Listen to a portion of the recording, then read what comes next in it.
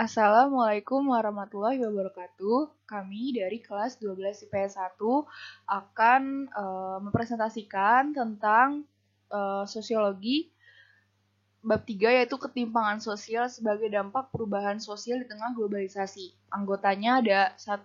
Chandra Sumirat, yang kedua Meira Skaranjena, yang ketiga Rizka Misazara, dan yang keempat Siwa Wasila. Nah, yang pertama ini ada teori ketimpangan sosial. 1. Teori kolonialisme. Yang kedua, ada teori sistem dunia. Teori kolonialisme. Teori ini merujuk pada suatu negara yang menjadikan banyak wilayah sebagai koloninya.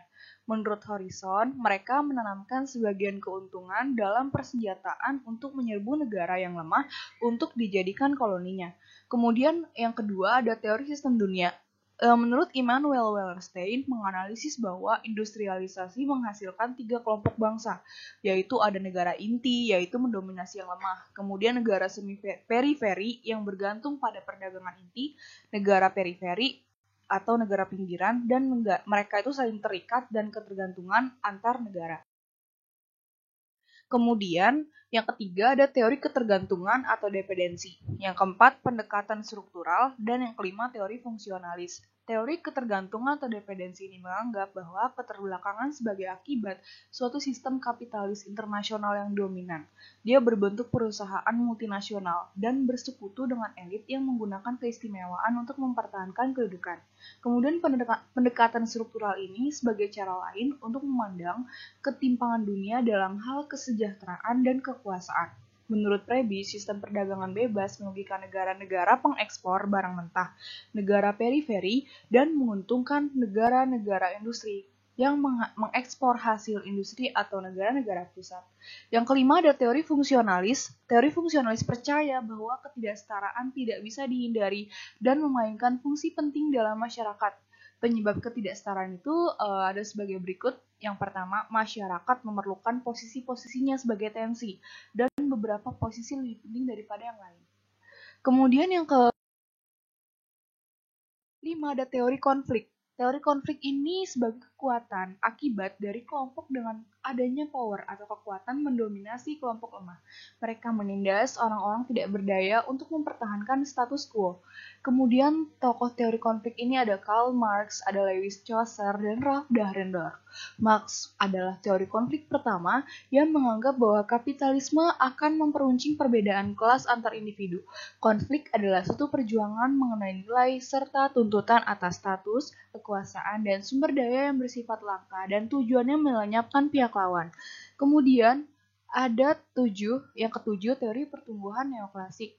Teori pertumbuhan neoklasik ini pertama kali dimunculkan oleh Douglas C. North. Teori neoklasik beranggapan bahwa mobilitas faktor produksi, modal atau tenaga kerja pada awal proses pembangunan kurang lancar. Hal ini berakibat modal dan tenaga kerja meluas. Menurut hipotesis klasik, ketimpangan di negara berkembang relatif lebih tinggi dibandingkan negara maju karena proses pembangunan di negara maju baru dimulai.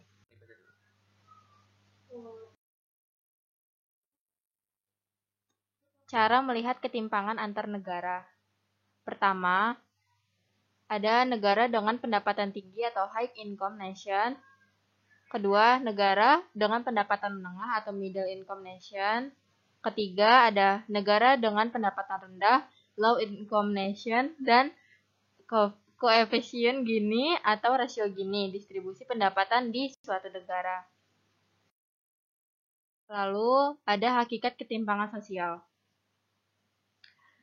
Menurut Naido dan Wills dalam Warwick Bot tahun 2013, ketimpangan sosial adalah perbedaan-perbedaan dalam pemasukan atau income, sumber daya, research, kekuasaan atau power, dan status di dalam dan antara masyarakat.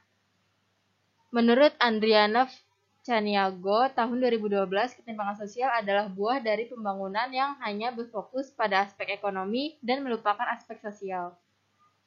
Ketiga, ada ketimpangan sosial ditandai dengan ketidaksetaraan, peluang, dan penghargaan untuk posisi sosial yang berbeda dalam status atau masyarakat, termasuk pola infrastruktur dan berulang, dan tidak merata serta distribusi barang, kekayaan, penghargaan, hukuman.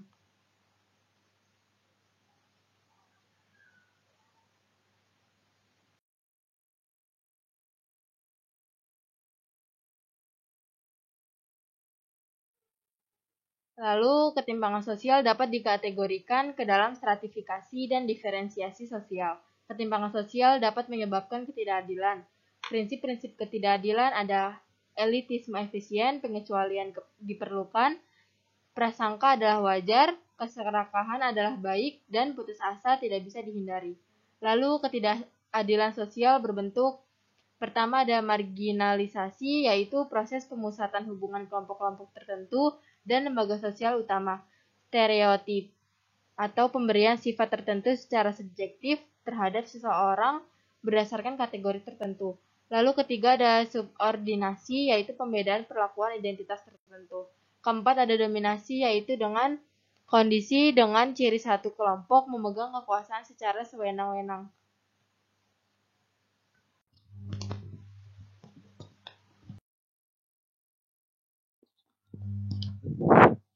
Ketimpangan sosial dalam sejarah.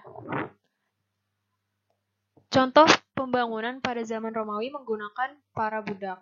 Secara historis, ketimpangan terkait dengan kepemilikan tanah. Cara sosiologi mempelajari ketimpangan sosial. Kesenjangan sosial dapat dilihat oleh sosiolog sebagai masalah sosial yang mencakup 3 dimensi. Kondisi struktural objektif terdiri atas hal-hal yang dapat diukur secara objektif dan berkontribusi terhadap ketimpangan sosial.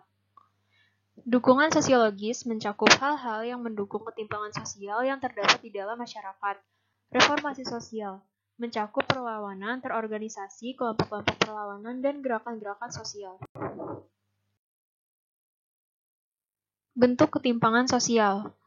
Syamsul Hadi dan kawan-kawan 2004 mengatakan bahwa ada 6 ketimpangan yang terjadi, yaitu yang pertama, ketimpangan desa dan kota, kedua, kesenjangan pembangunan diri manusia Indonesia, ketiga, ketimpangan antar golongan sosial ekonomi yang diperlihatkan dengan semakin meningkatnya kesenjangan ekonomi antara golongan-golongan dalam masyarakat.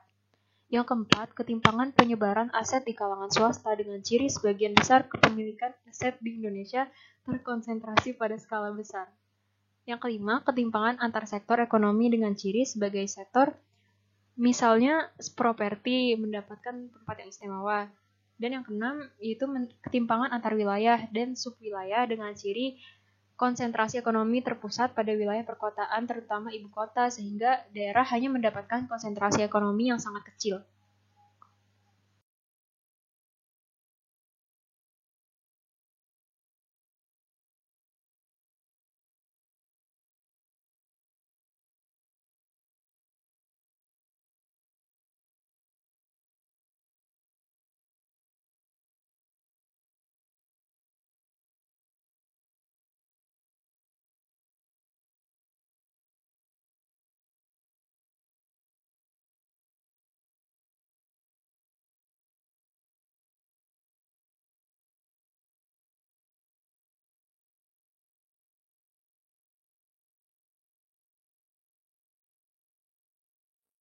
Upaya mengatasi ketimpangan sosial. Politik uang, peningkatan dan pemerataan kesejahteraan masyarakat. Politik identitas, mengedepankan praktik politik yang mengedepankan isu-isu keberagaman dan toleransi. Hukum, kesetaraan akses, hukum dan korupsi. Hukuman yang tegas kepada pelaku korupsi atau koruptor. Kesehatan lingkungan, pencabutan usaha bagi perusahaan yang melakukan pelanggaran dan merugikan masyarakat. Rangkuman, upaya-upaya mengatasi ketimpangan sosial. Yang pertama itu ada peningkatan kualitas produk, yang kedua mobilitas geografis atau transmigrasi, dan yang ketiga menciptakan peluang kerja.